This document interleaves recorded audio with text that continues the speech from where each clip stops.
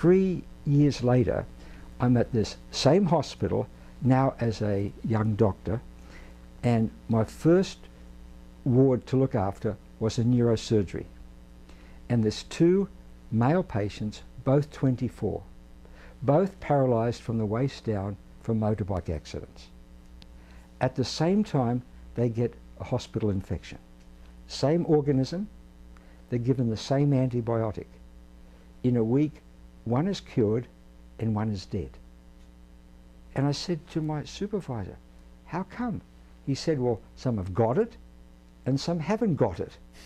I said, what do you mean? He said, it.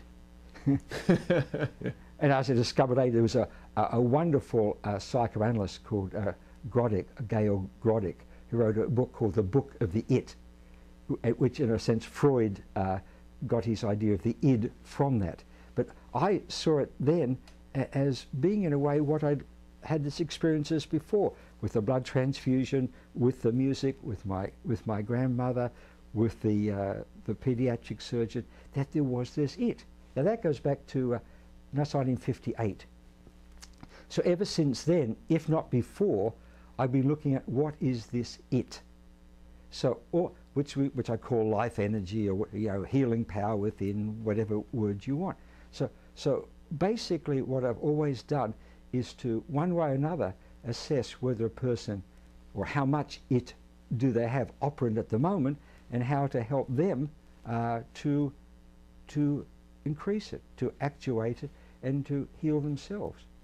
So so who I am is somebody who sees himself as a healer, not as a regular doctor, or even as an irregular doctor anymore, but dedicated to assessing the life energy and helping to actuate it by whatever means, whatever modality is appropriate. Meditation, healing, working with what I call the acupuncture emotional system, with paintings, with whatever it may be. The modality is not so important as just working to help the person be healed. Now, the word heal etymologically is related to the word whole, W-H-O-L-E. The W is an affectation, came about the 16th, 17th century. So heal and whole have the same basic meaning. And to be healed is to be made whole. So then it becomes a question of how whole are you? So let me go back to those 2 people I told you about, that one lived and one died. The one that lived, when you go into the ward, he'd be doing his exercises. Hi doc, how are you? He was, in spite of his terrible, terrible tragedy, he was what you might call a regular guy, now with limitations.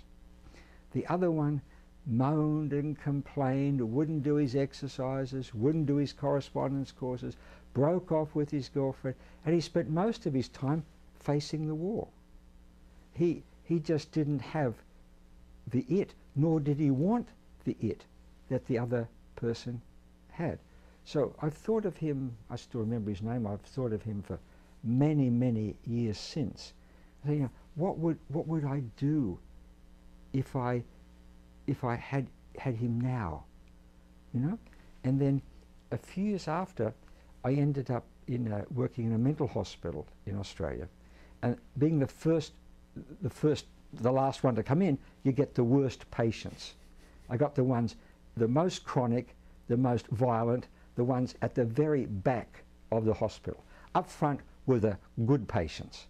Then you had the middle patients, then you had the bad. And I got the baddest of the bad at the back. And most of them spent, some of them have been there for many, 20, 30 years. Some of them, 40 years, some of them had been there. It's incredible. And these were violent patients, some of them, and really, there were murderers, also some, really disturbed people.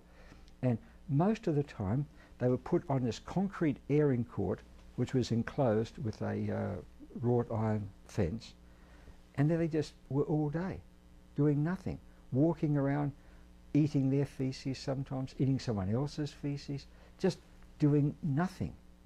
In fact, at the time I read a book by the director of the Zurich Zoo, and the pattern he described for the caged animals, the way they walked, the way they moved, was exactly like these patients. And so right next door there was a big hall that had been disused for years.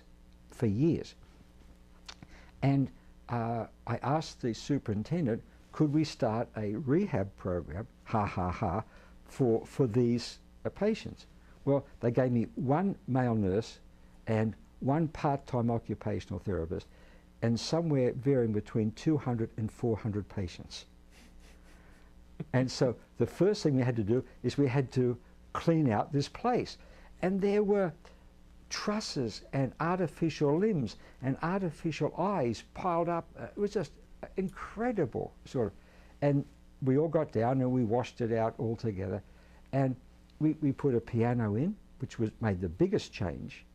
And we, did all sorts of things, always thinking about this it.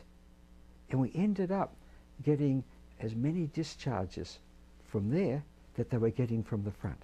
Because suddenly the patients came alive and the relatives started to come in and started to say, we'll take him back.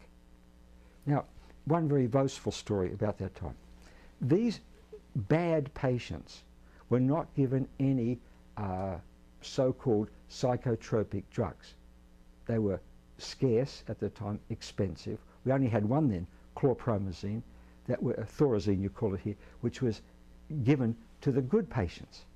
These patients, the only regular, quote, medicine they had was what's called White House mixture, which is an aperient. The whole idea is they'd be so much time on the toilet they couldn't give trouble. Because they were doing it in their trousers and everything. So I went to another drug company that was just starting to release the second psychotropic drug, which was called Stelazine. And they gave me a supply of it. And I got to take the 45 worst patients in the backest ward. And I had a very wise male nurse, Greg Jelansky. I said, Mr. Jelansky, we're going to put these patients for 3 months on this drug and we'll see what happens. And so twice a week I would sit down, interview them, make notes and so forth. At the end of 3 months I said, Mr. Jelansky, I said, these patients are a lot better. He said, yes, doctor, they really are. I said, that Stelazine really works. He said, doctor, I never gave it. I said, what made the difference? He said, you did.